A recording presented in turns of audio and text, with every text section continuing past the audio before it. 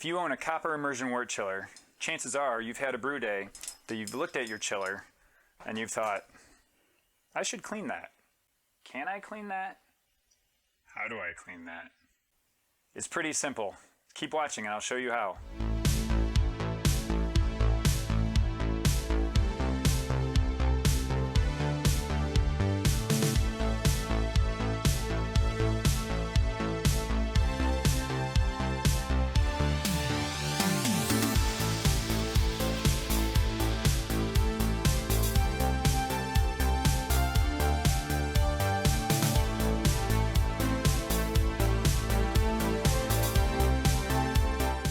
When you first got your immersion wort chiller, it was probably pretty bright and shiny.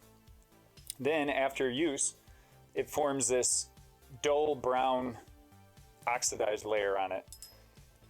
Totally normal. It's actually good to have the oxidized layer on it. It helps protect the copper. After using your immersion wort chiller for a while, you might have not dried it off properly one time or forgot to rinse it off soon enough so you have some hop and protein gunk that has dried on it and stained it. And so you'll want to clean it now and then. To clean your copper immersion wort chiller, you'll want to use a weak acid. You could use like a PBW or really anything with acetic acid in it. You could actually use like ketchup, or you could use pickles. I recommend using a warm 1-to-1 vinegar to water solution to clean it. So let's do it. I've got my vinegar water solution here. It's heated up to 150 degrees Fahrenheit. So let's put the chiller in and wait about 45 minutes and we'll be back.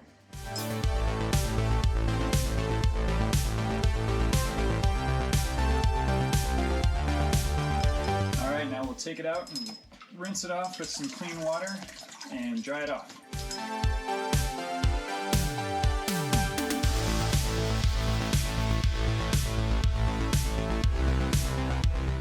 You can see that it's lightened up the dull brown areas, but we still have some darker brown spots.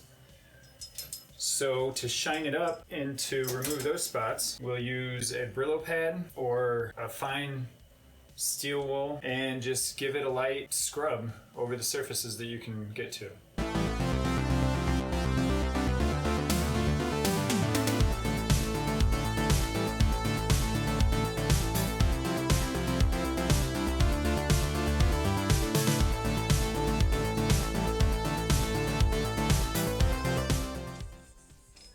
And there we go. She's looking good. Got all the spots off.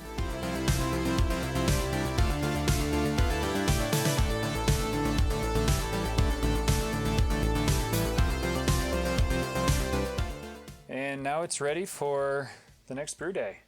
Now that we got it looking bright and shiny again, it's important to remember to rinse it off directly after use during a brew day. Use clean water to help get off the proteins, the sugars, the hops, everything that can stick to it and cause you to have to clean it more thoroughly again. Just rinse it with clean water, pat it dry with a towel or paper towels or whatever, and then store in a safe place that won't collect a lot of dust and things like that when you're not using it. Well, I hope this video was helpful to you. Let us know any comments or questions you might have.